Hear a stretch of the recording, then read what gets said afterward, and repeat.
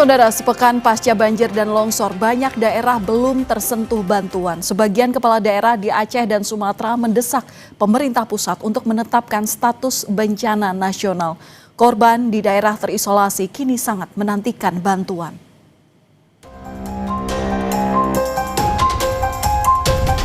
Bencana ini menjadi bencana nasional karena berat sekali. Kalau daerah tidak mampu ini.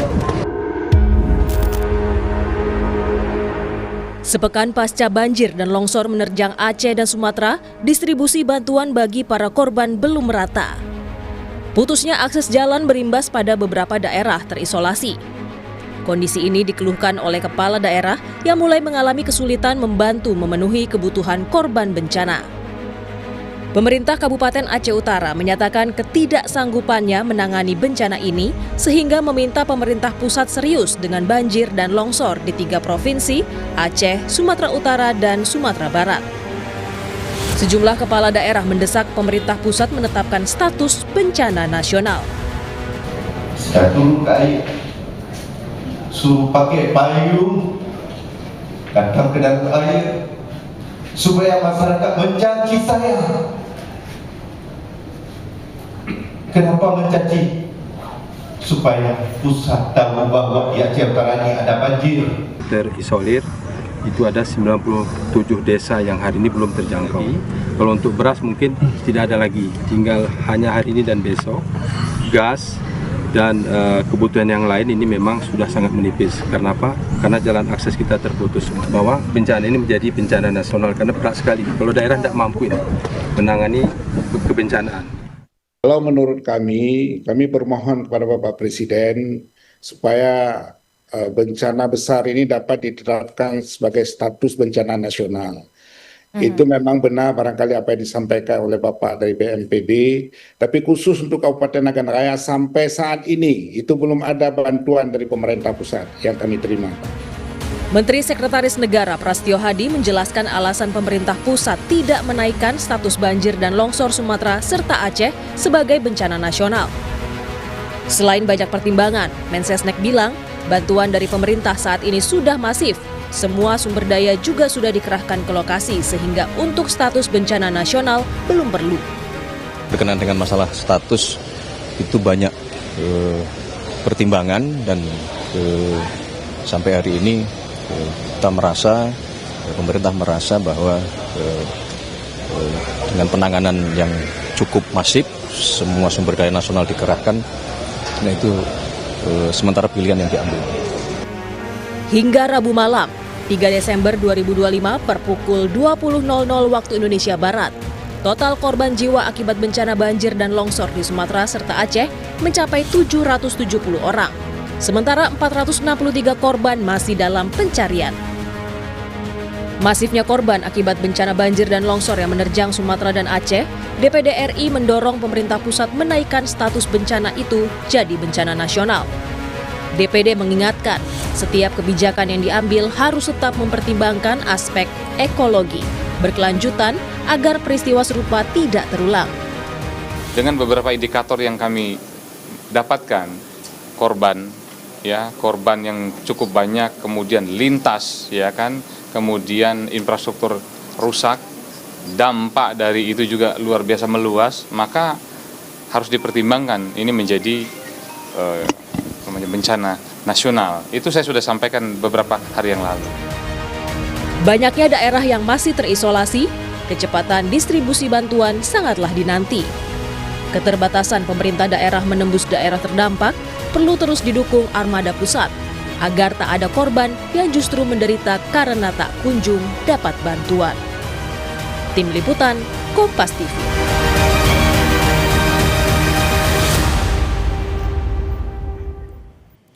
Saudara, sepekan pasca banjir dan longsor, pemerintah pusat belum menetapkan status bencana nasional di Sumatera dan Aceh. Apa yang jadi pertimbangan kita bahas malam hari ini bersama dengan Direktur Eksekutif Amnesty International, ada Bapak Usman Hamid. Selamat malam Pak Usman.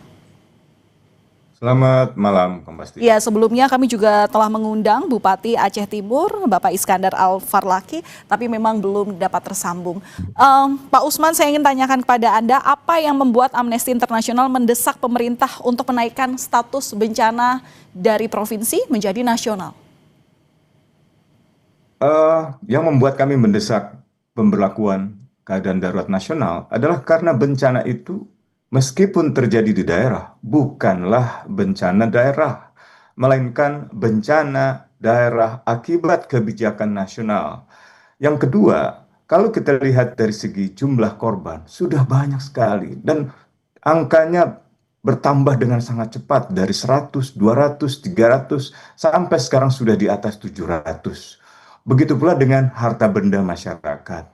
Lalu juga kerusakan sarana dan prasarana publik hampir lumpuh. Sampai 1 jam terakhir ini saya menerima data laporan dari Aceh, dari Sumatera Utara, dari Sumatera Barat tentang antrian misalnya BBM dan lain-lain sebagainya. Juga berbagai sarana prasarana yang dibutuhkan oleh masyarakat itu tidak berfungsi.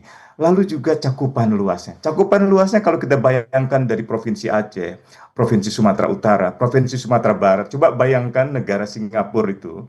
Berapa kali negara Singapura luas kita itu? Luas Sumatera saja. Jadi dari segi cakupan luas, dari segi jumlah korban, harta benda, kerusakan sarana dan prasarana, dan juga dampak sosial ekonomi. Ini kita belum bicara tentang anak-anak, belum bicara tentang perempuan di dalam pengungsi-pengungsi misalnya. Jumlahnya seingat saya sampai hari ini sudah di atas 500.000, di atas setengah juta orang. Jadi ini jelas adalah bencana nasional. Nah, dengan menyatakan ini sebagai bencana nasional, pemerintah bisa membuka saluran bantuan kemanusiaan dari berbagai negara. Jadi saya kira tidak perlu malu gitu ya, apalagi selama ini pemerintah bersikap, menurut saya bersikap paradoks ya, di satu sisi seolah-olah anti asing gitu ya, mencurigai setiap bentuk kritik ada kepentingan asing. Padahal pemerintah sendirilah yang sebenarnya bermain-main dengan asing, termasuk bandara terakhir yang ditemukan di Morowali, bagaimana kepentingan asing bisa lolos begitu saja untuk mengeruk kekayaan alam Indonesia. Jadi saya kira bisa jadi. Oke, Pak Usman, tapi kalau Anda tadi sempat bicara soal adanya korban terdampak banyak, sebenarnya lainnya. Pak Usman, maaf saya potong, saya udah mengerti maksud Anda. Tapi kalau Anda tadi sempat menyampaikan bahwa korban terdampak ini termasuk banyak begitu, tapi sebenarnya untuk menaikkan status bencana nasional ada batasan nggak sih jumlah korban itu harus berapa sehingga layak untuk dinaikkan? Di dalam Undang-Undang Nomor 24 Tahun 2007 tidak disebutkan. Di dalam Peraturan Pemerintah Nomor 21 Tahun 2008 juga tidak disebutkan. Tetapi seharusnya kalau merujuk pada peraturan pemerintah, pemerintah segera melakukan kajian cepat, lokasinya di mana saja, kerusakannya apa saja, berapa jumlah korbannya, lalu juga kerugian-kerugiannya, sumber dayanya. Dengan begitu, pemerintah bisa segera cepat mengambil keputusan peningkatan status misalnya. Kan nggak mungkin kita berharap misalnya bupati atau wali kota segera mengambil keputusan untuk mengusulkan agar ini misalnya dinyatakan sebagai bencana darurat nasional. Mereka sendiri menjadi korban, keluarganya, kerabatnya, tetangganya. Demikian pula juga gubernur. Nggak mungkin berharap pada gubernur. Ya, ada faktor kerugian harta benda begitu ya maksudnya. Pak Usman, tapi tadi itu pemerintah bilang kalau dari penanganan bencana ini sudah dilakukan secara masif, kemudian juga sumber daya nasional ini sudah dikerahkan. Apakah hal ini juga masih dianggap kurang oleh Amnesty International? Jelas kurang. Anda lihat saja, menteri ada yang pura-pura bersimpati dengan memanggul, padahal di sekitarnya jelas anak buahnya tidak ngapa-ngapain. Itu pencitraan aja. Jadi menteri-menteri ini banyak yang bukan ahlinya. Menteri Kehutanan bukan ahlinya. Menteri Lingkungan Hidup bukan ahlinya. Kepala Penanggulangan Bencana bukan ahli di bidangnya. Dan meremehkan situasi ini dari awal. Jadi tidak ada rasa kedaruratan. Tidak ada sense of urgency, sense of crisis untuk menyelamatkan dan mengevakuasi warga. Seolah-olah apa yang berkembang di media sosial itu dramatis, tidak seperti yang terjadi di kenyataan. Padahal kenyataannya jauh lebih buruk. Karena infrastrukturnya rusak, karena saluran komunikasinya putus, karena listriknya padam. Jadi, saya kira pejabat-pejabatnya ini memang tidak kompeten gitu. Dan akhirnya pemerintah seperti keledai yang terantuk 2 kali pada kendala yang sama, pada batu yang sama gitu. Oke, Jadi, Pak Usman. ini harusnya jadi momentum, segera nyatakan keadaan darurat nasional. Oke, Kemudian Pak. minta bantuan kemanusiaan dari luar negeri, pesawat, kapal, bantuan perobat-obatan, bantuan logistik, bantuan pakaian, bantuan apapun yang dibutuhkan oleh masyarakat. Hidupkan kembali sarana dan prasarana. BBM pastikan itu tersedia. Bahan sembako, jangan dilempar begitu dari helikopter. Ini bukan binatang, ini manusia. Jadi saya kira harusnya ada empati, harus ada simpati yang tulus dari pemerintah dan mengerahkan kekuatan yang benar-benar besar. Iya. Di mana pesawat kita yang begitu banyak? Di mana kapal kita? Iya, ada sejumlah indikator. Kecintaan pada negara ini dari pejabat yang seringkali hanya lewat pidato. Ya. Saya benar-benar marah karena sebagian keluarga kami juga terdampak dan banyak masyarakat yang melaporkan dan benar-benar mengeluhkan keadaan di lapangan. Baik, ada sejumlah indikator yang tadi Pak Usman sampaikan. Korban terdampak banyak, infrastruktur rusak, kerugian harta benda hingga lumpuhnya ekonomi serta sosial masyarakat yang ini dinilai untuk pemerintah bisa gerak cepat bahkan untuk bisa menaikkan status tanggap darurat bencana secara nasional. Meskipun memang penanganannya hingga sampai sekarang masih terus dilakukan, klaim pemerintah dilakukan secara nasional dengan sumber daya yang telah dikerahkan. Terima kasih sudah berbagi insight bersama kami di Kompas Malam Kompas TV. Direktur Eksekutif Amnesty International Usman Hamid. Salam sehat selalu Pak Usman. Terima kasih.